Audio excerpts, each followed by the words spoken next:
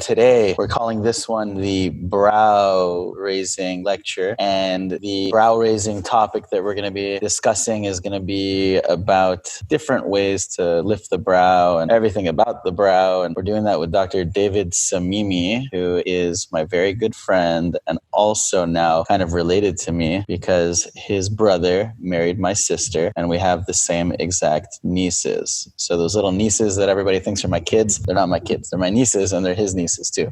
Dr. Samimi is an oculoplastic surgeon, which means he is a plastic surgeon of this area, and he actually does some stuff on the face as well because his training was more extensive than everybody else. So he does come and operate with me sometimes. We operate together, and he's really, really a great surgeon and gives a lot of lectures along with his group Eyesthetica about eyes and brows and all that kind of stuff. So, lately I think one of the biggest fads has been doing brow lifts, and that's the thing that I want to go over first, if you don't mind, is kind of discussing the younger girl brow lift and what they're coming in and asking for. And what have you seen? Because I want to, I spend half my time with the younger girl consults trying to save them from bad things. And then they're like, oh, well, these 5 other doctors said that they could do it. And a doctor's a doctor, right? They're all, equally good. And I have to explain in a very nice way that we do things differently. But so what have you seen with the younger patients? I think the age of Instagram and social media has totally changed what people say when they come into the practice. And you probably notice that a lot more than me because I think you're on social media and educating a lot more than I am. But, there's kind of to some degree an unrealistic expectation of what they want the upper face to look like, and that may not jive with kind of the anatomy of the face per se. Instagram filters and all sorts of things that change. It makes the reality of what's going to look really good on one person kind of not really jive. There's a lot of education that we do on, this brow shape may not look great with the shape of your face. Or I think you probably go through this a lot, but it's a constant discussion about what are we going to gain by doing a procedure that makes you look like an animal or a different kind of person, and what are the costs in terms of scarring, risk, infection, and all of this other stuff, and what kind of road are we going down?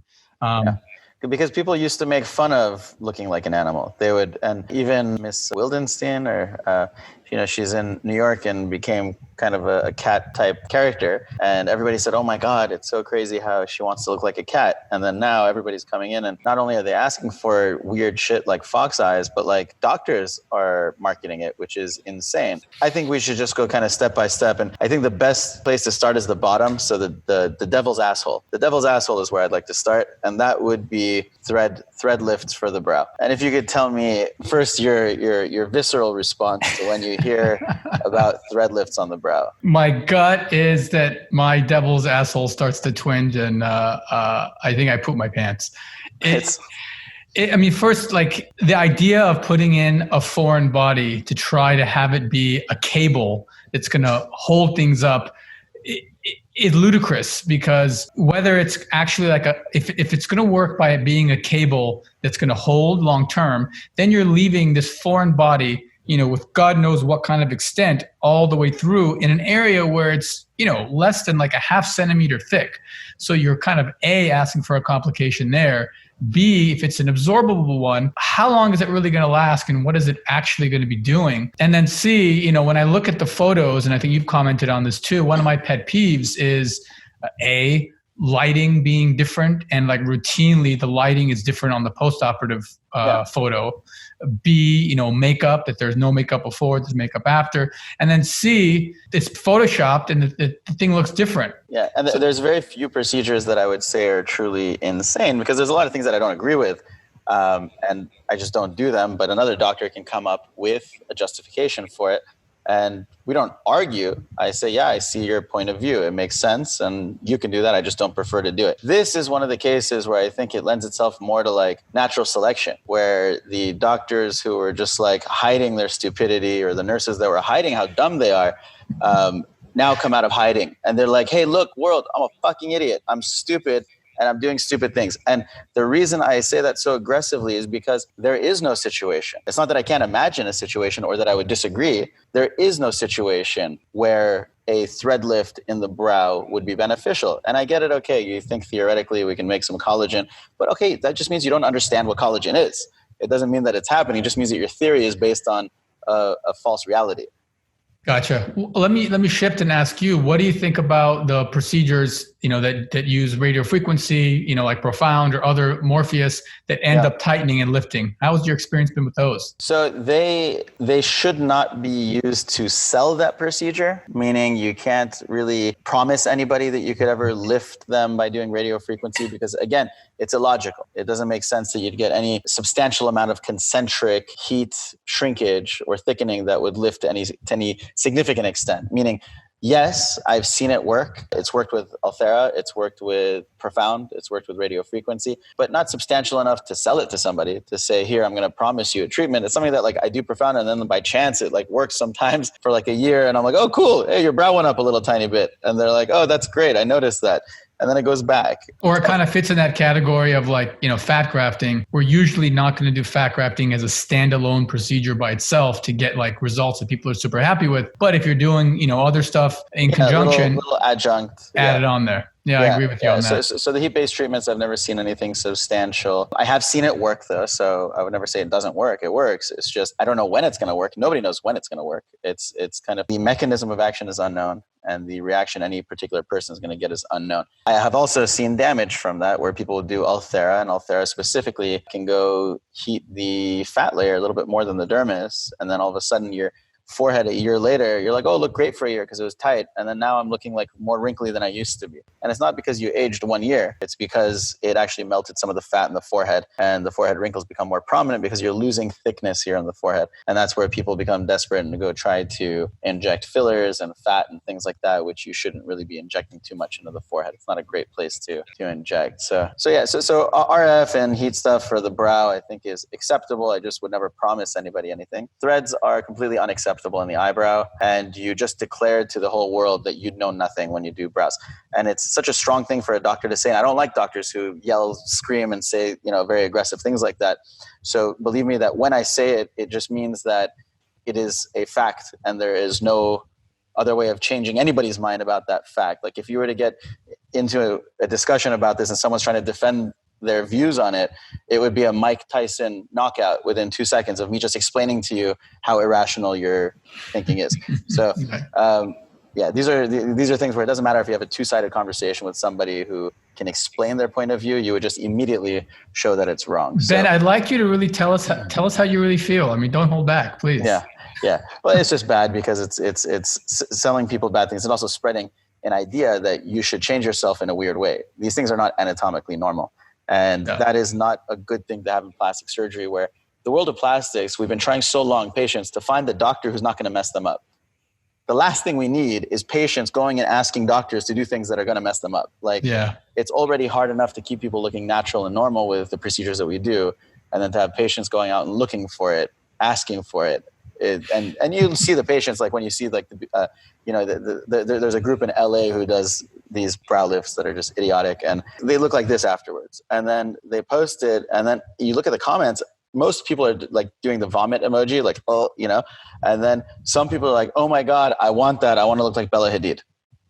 And I'm like, how did you take this weird alien horn eyebrow to like mean that somehow you're going to look like Bella Hadid? It's very different. So they do this, and then most practitioners who are horrible enough to do that are also horrible enough to go Photoshop it. So just so everybody understands, if you're bad enough of a doctor to do this to somebody, okay, you're also a bad person. You just don't know it maybe, and you're going to go Photoshop it. So I see Photoshop on 50% of all the ones that are sent to me, because I get sent these things all the time because I rant about it so much. Everybody sends them to me. And I see Photoshop where they just pixelate out all those things, or they show it like a month later and they're like, oh, look, the bumps are gone, but so is the result. So that's thread brow lifts. So let's go to young people wanting brow lifts. So kind of in these same line of things where people are asking about brow lifts and fox eyes. Okay. Right.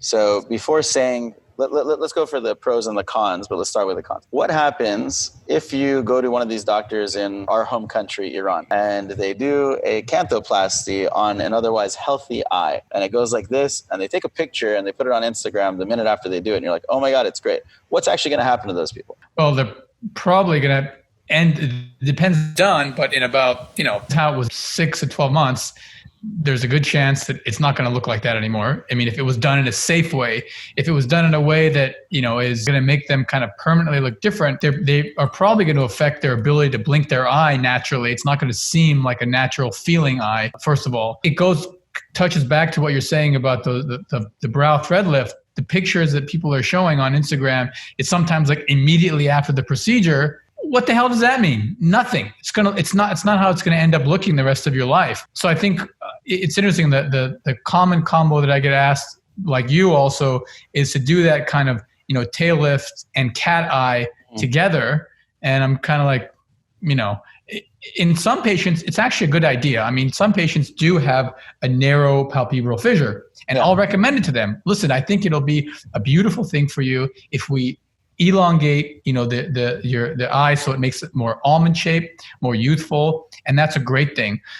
But I would say, I don't know, 95% of the time, 90% of the time, in a patient who's like under 25 or 30, it's likely not warranted, and you're asking to have scar tissue and complications for something that's not going to really make you look more youthful or more beautiful. Yeah, and since you disrupted the natural anchor that exists there, you can actually get shorter and go in the other direction, which for most people does not happen symmetrically. One side shortens more than the other, and if you look at all these revision lower lid surgeries, they look a little cross-eyed, and it's not because they have actual cross eyes. It's because one side is shorter than the other. You have a different canthal length on both sides. So you do see that pretty often. So I'm always worried about the younger patients, but there are certain situations where you can go, of course, restore contour. The kind of search for the cat eye look confuses me a bit. And I'll just ask you as like a guy, let's say when you were trying to get married, before you got married, you're walking down the street, did you ever look at a cat and be like, I'd like to get some of that? Like, did you ever do that? Or were you like looking at the girl who looks normal and pretty and you're like, oh, I like that? I'm going to say I like the girl dressed up in the Catwoman outfit. But not the face, not the face that looks like that. Not the face. Yeah. No, thank you. So we got to keep it natural. But there are situations, I myself do that surgery where I do want to do kind of restoration of that lower eyelid contour. But in young people, you're really asking for trouble because it's very uncommon that you'd be able to improve somebody by tampering with their lateral canthus if they're young. It's not impossible. It's just very uncommon. And then you're giving them scar tissue and making anything they want to do that actually probably will make them look better down the line, more complicated and more difficult. Yeah. And what downsides can you think of? Let's say we're talking about like brow lifts now, and we're doing a good doctor brow lift, like a nice endoscopic style brow lift, release, reset. What could be even the negative side effects or the negative effects of that on somebody young? Well, you certainly depends on where the incision is made. You can potentially have some hair loss that's noticeable and bothersome, maybe down the line later on, because oftentimes we hide these incisions behind the hairline, and now that hairline might be nice and thick, but later on it might not be. A, B, if you overlift somebody, you give them a deer in headlights look, and it certainly does not look like a natural positive thing at all. But I think you may be asking something different because you said like, a kind of a skilled physician who's doing it on a young patient. Yeah. I'm talking about like me or you. We do it on somebody and we can keep it natural. Okay, we kept it natural. We did an endoscopic brow lift. It's in a decent position, but a little high. What I've seen is that a lot of these patients, so we always talk about like the hollowing and the supratarsal height. Okay, that happens in like the infrabrow and the eyelids. So taller eyelids versus shorter eyelids. When you look at a baby, the extreme is a baby has this face, little chubby, cute little like fat face, and then they're kind of crowded around the eyes, and they have these big, beautiful, bright eyes, but they have fullness around them, softness.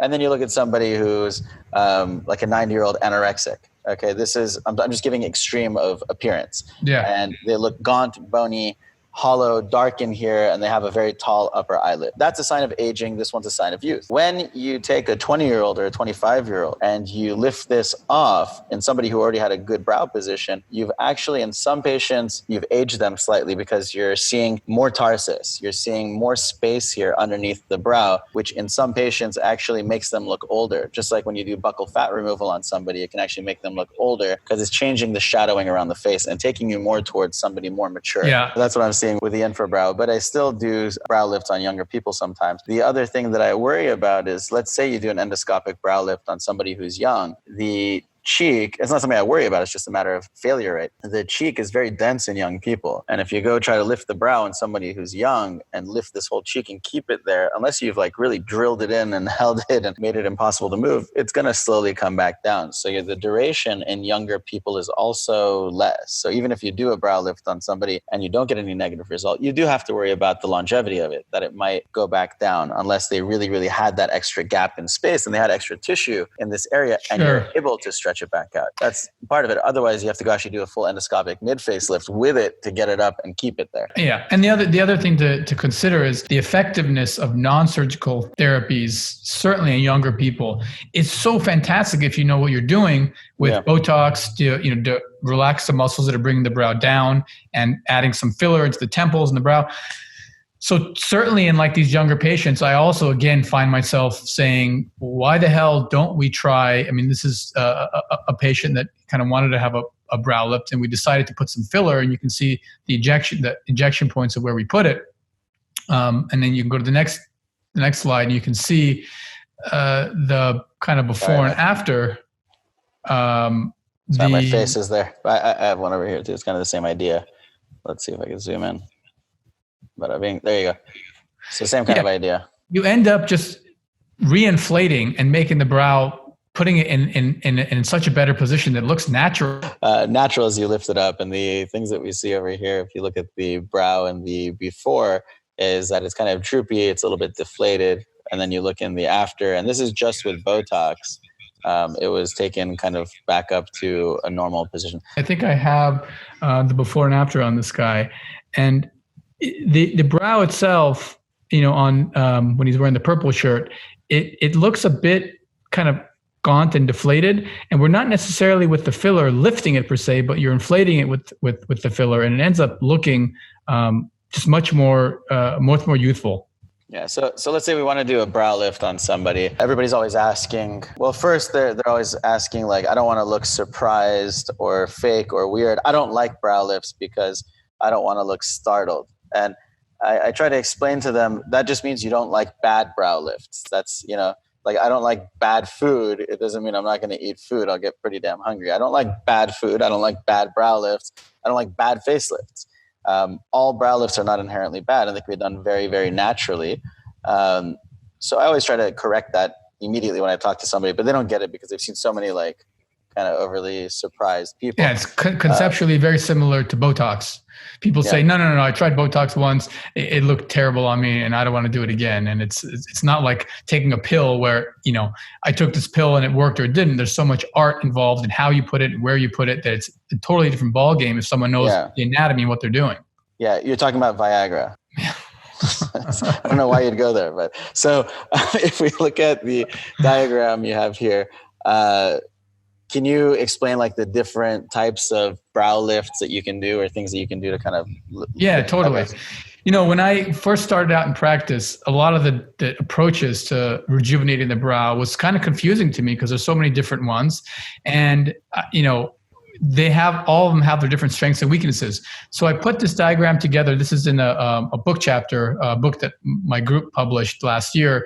And this is on choosing the right brow lift. And it shows you the main places that you can have access points to rejuvenate the brow. And, towards the bottom, you see that red line right above the eyelid. That's where you can use the same incision that you're doing to remove, the eyelid skin, and you can tunnel underneath and then kind of lift and tack the brow. I, fall out of love with this procedure extremely commonly because, you're not really able to do a good release from that area. And it may stabilize the brow, but it really doesn't change things a lot. So I don't do that one that commonly. If you look at the other side, there's that blue line above the brow. This, the right candidate man is a workhorse. Yeah. As long as the man's brow isn't already a little bit arched, because if you were to do it on them, it would arch it even more and make them feminine. But usually, the majority of the lift, as and we go over, that's needed on brows in men and in women is the tail of the brow, because the frontalis muscle that's used to elevate, usually ends someplace like this. And so you get kind of a deflation.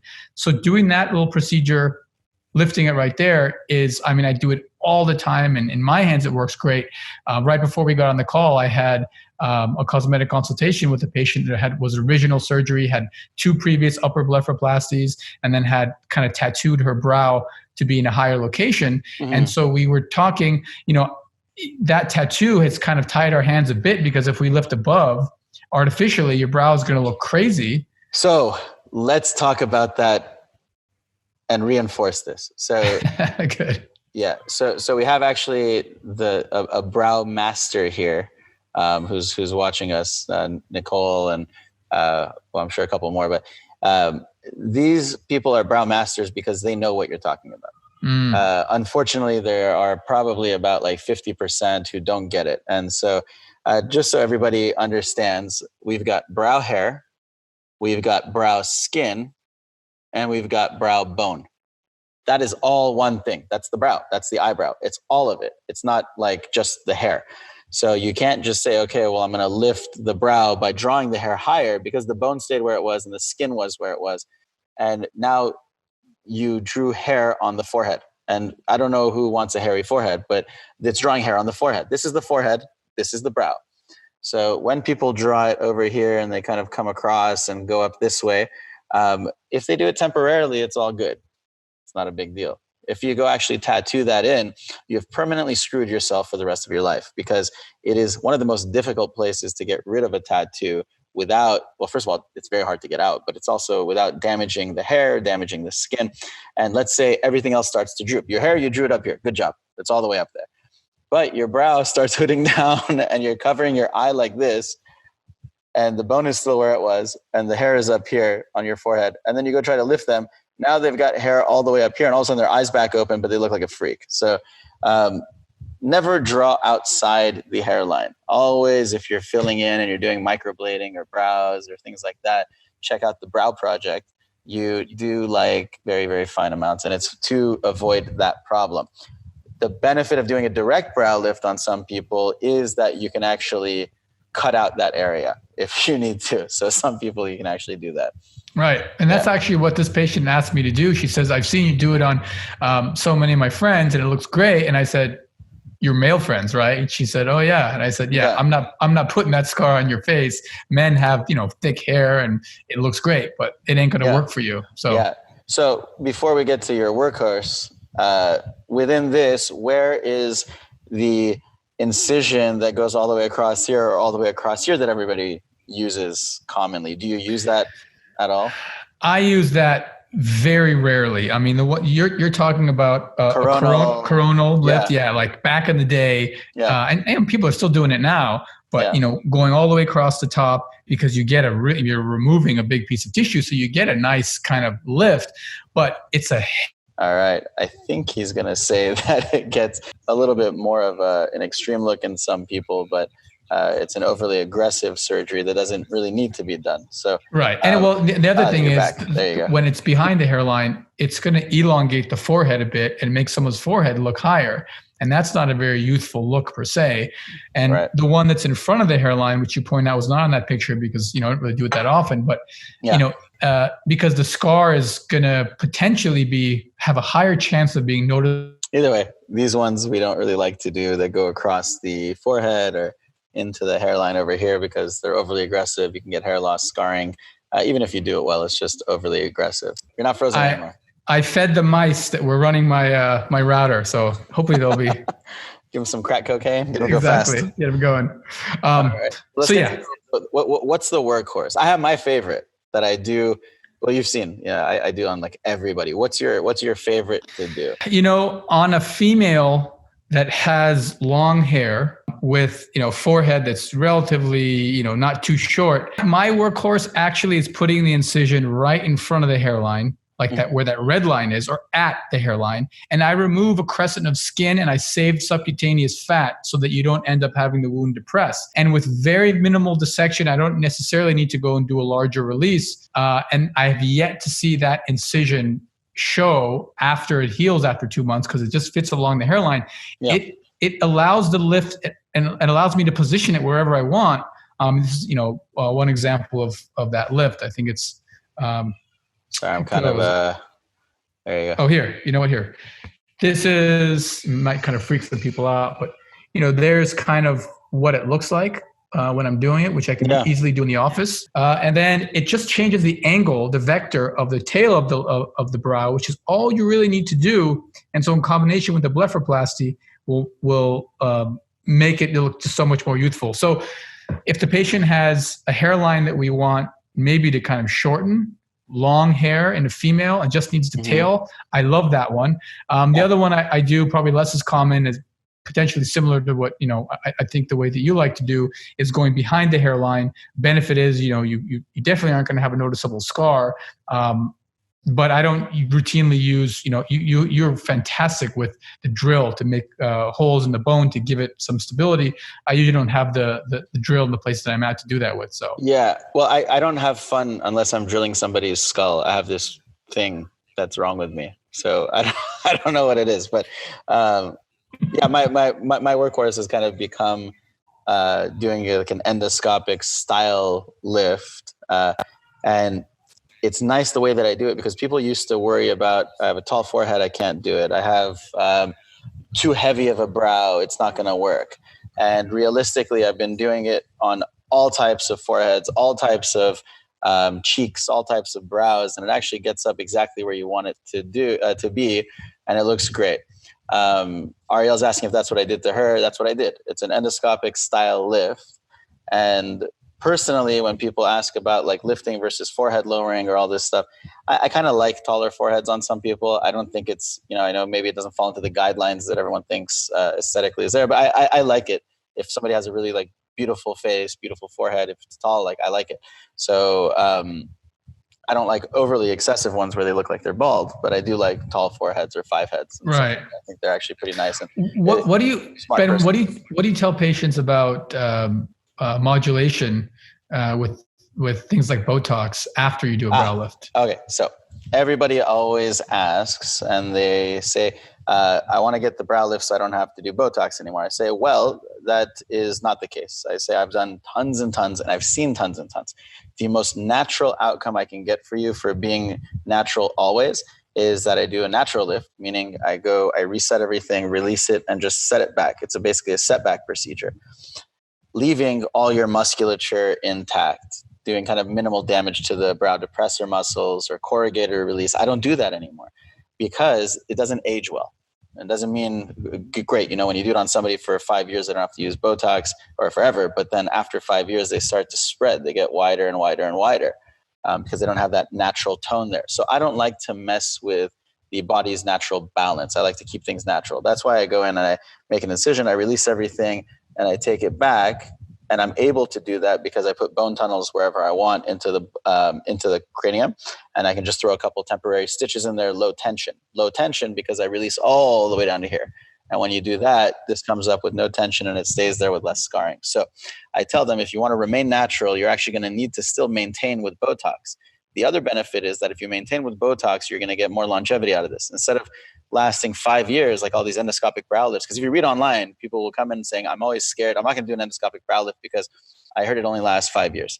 No, if you do a nice endoscopic brow lift, release everything, take it back up, that's going to stay. If you want to make sure it stays, you do Botox here and you do Botox here, just like we were pointing out before for the brow lift. And I have them do it at a normal, I'd say at least twice a year. And they do it at least twice a year and they'll maintain. And you can get huge brow lifts, small brow lifts, but the benefit is they are going to age normally. You're not doing corrugator release and they spread or they centrally go up and then the side starts to pull down, because you can never fully immobilize the orbicularis depressor muscles, which are these ones anyways. So a lot of people, when you do their corrugator release, their vector of the brow starts to change over time. where this stays up and that goes down and this gets wider. So they start to look kind of operated and weird like this. And then you have to like lift them again to make them look normal. So they start to look like this because they tilt down, and then you have to do that to make them look better again. So I like the classic either endoscopic brow lift or the way that I do it, which I call kind of a hybrid brow lift. And this is kind of an example of that, where you can see in the before picture, it's just kind of ptotic and falling down on the side. And in the after picture, it's back up into a normal position. And you can see her brow skin is in a normal position. The brow hair is in a normal position. So she just looks softer. And that's really the idea with this stuff, is to have their eyes look softer, not harsher.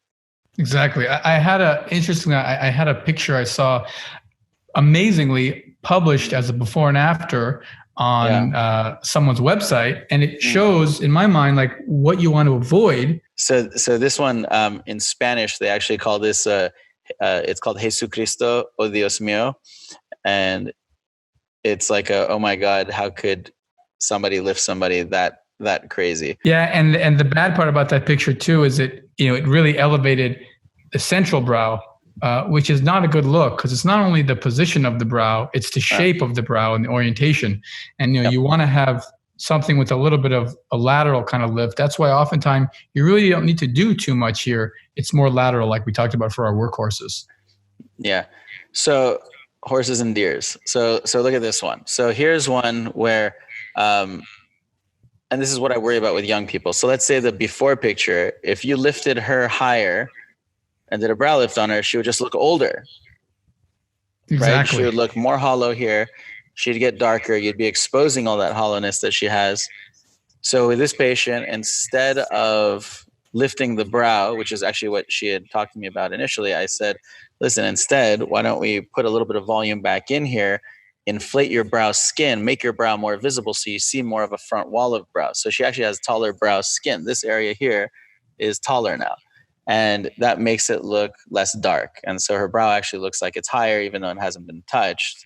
It's just better contouring. So this is just an upper lid blepharoplasty with fat repositioning. And then I added a little bit of fat on top of it. Now, the other question I was going to ask you once you're unfrozen is what your preferred method is on guys with a good hairline. Because I look at guys both ways. I see the men who have they have kind of bad hairlines, I guess, like I do, and then they have good hairlines that are still low. On guys with good hairlines, do you do the direct, or do you like to go the endoscopic way? I think it essentially depends on how thick their eyebrow hairs are and whether or not I feel like I want to lift centrally. Mm-hmm. It's really just a tail, which on younger guys is usually not. I mean, on younger guys, usually it's going to be, they're not as droopy, it's like this. So I'll do the endobrow. And I think I had a picture that I sent you that kind of showed the before and after that. I got your face on a frozen photo. Are you talking about this one? Yeah. Yeah. But this one's good. The frozen face. Great proposition there. But yeah, this guy just kind of has heavy brows all the way across. And if I were to just lift a tail, it may look a little weird. So he had an upper bleph and endoscopic brow lift, endoscopic style, like you say, because you really don't need the camera. You can do it just by feel. And in younger guys like that, I think it's nicer to kind of raise the whole thing. I don't know about you. Yeah, 100%. Patients come to me and they say a lot of the time, I want this lifted. And they keep pointing to the different portions of the eyebrow, which part they want lifted. And I explain to them, I guess, listen, I go, you're overthinking this. I'm like, maybe you're smarter than I am. But the way I think about it in my simple mind is that your brows came down over time. And the muscles that wanted to pull them down, pulled them down. All I'm going to do is I'm going to go release it. And I'm going to take it back to where it came from. And it's going to sit naturally and nicely, and it's going to function normally. I'm not going to alter your muscular anatomy. But what about here? I go, well, here's what's happening. If you lift that, you're going to look surprised and weird. What about just here? I go, if you lift that by itself, you're going to look also inquisitive and like The Rock. I say, why don't I lift it naturally? And what'll happen is this will come up a little, that'll come up a lot more. You get that normal arc of rotation kind of return to you. And then most of them at that point, they're like, okay, cool, I get it. So for the doctors who don't understand exactly what I'm talking about when I do a brow lift, what I'm doing, you've got your classic endoscopic style technique, which Dave has pointed out over here. You've got an incision down here that goes over the temporalis muscle. You've got one up here, one up there, sometimes one in the middle, and then one down over there. What I do is called kind of a hybridized incision. So instead of doing this one and that one, which I do sometimes, I do that for men because they have an apex that goes in. So I'll do one here for men. Or if they have a super heavy medial brow and I need that medial fixation. Otherwise, I just make one incision up here that goes this way, curvilinear. And it's 2 centimeters. I release everything from there all the way here, all the way to the back of the scalp. And then everything kind of resets like this. And that way it's very natural, very low tension. And it's only about a 25, 30-minute procedure when you're doing it that way, even with like closure and all that. And I like that because I can use it universally on so many more people than if I'm trying to do, coronals or this and that. Like I can just do it on almost anybody. And I don't need a camera. That's how you keep it to that 20, 30 minutes. And the reason is if you do it here, you do need a camera. If you do it here, you need a camera. If you do it right in the middle, you don't need a camera. I go down with the lighted Aufricht and I can see everything visually up to here easily. I can see everything here. I can see everything here. And then I can reach across with a dissector where it's safe, come down into the procerus, release that if I need. And then for this area where the nerve is in danger, I take my finger and my finger always reaches right there and I dissect it with my finger. We call it a finger bang, which is a very medical term for finger dissection. And so we go in there and release around the nerve, and you don't need a camera. You're keeping the nerve safe even for aberrant nerve growth. And it's quicker, easier, and less traumatic. They actually complain less of paresthesias and numbness. What's great about that incision too is that you have anchor points to the bone, to the muscle, deep temporalis fascia, and with the same incision to bone as well. I was just going to go over some questions. Let's do it. So here's a question for you. Are there some surgeons that use corrugator release in endoscopy? My tails are down and I feel like what's possibly under the skin and it's uncomfortable. So I guess we should just explain what corrugator release is. These are the corrugator muscles, the ones that go like an accordion, corrugate. And you can go in from the upper eyelid to release them, or you can go from a brow lift down to release them. I don't do it because you can get a depression here in the muscle that is very difficult to fix. You have to replace it with fat. I also don't do it because slowly you kind of spread out over time. But these are your corrugators, and if you ever want to treat them, you treat them with Botox. And if you do it significantly, oftentimes you end up having paresthesias where you have weird sensation because those muscles, the nerves that give you sensation on the forehead and the scalp travel right through those muscles, and if you damage them as well, there's I think a relatively higher chance, and I've seen it, of people having really weird sensations for a long time or numbness. It's pretty terrible. If you have questions for Dr. Samimi, you can always contact him at Dr. Samimi over here. There's another Dr. Samimi, that's his brother, that's my brother-in-law. That one does pain medicine, so it's a little different. And then your website is Eyesthetica. And my brother's the one who's handsome and a genius, so he kind of got both. He got both, yeah. He got both. He made good little nieces. Yeah. All right, wonderful. Oh, in Brazil, so we have to do it in Portuguese before we go. So, fala português ou não? Entende português? Tudo bom, tudo bem. Tudo bem, tudo bom. Okay. Thank you, everybody, for listening to us ranting. And thanks, David. All right, everybody. Thanks for having me. Take care. Thank you, sir.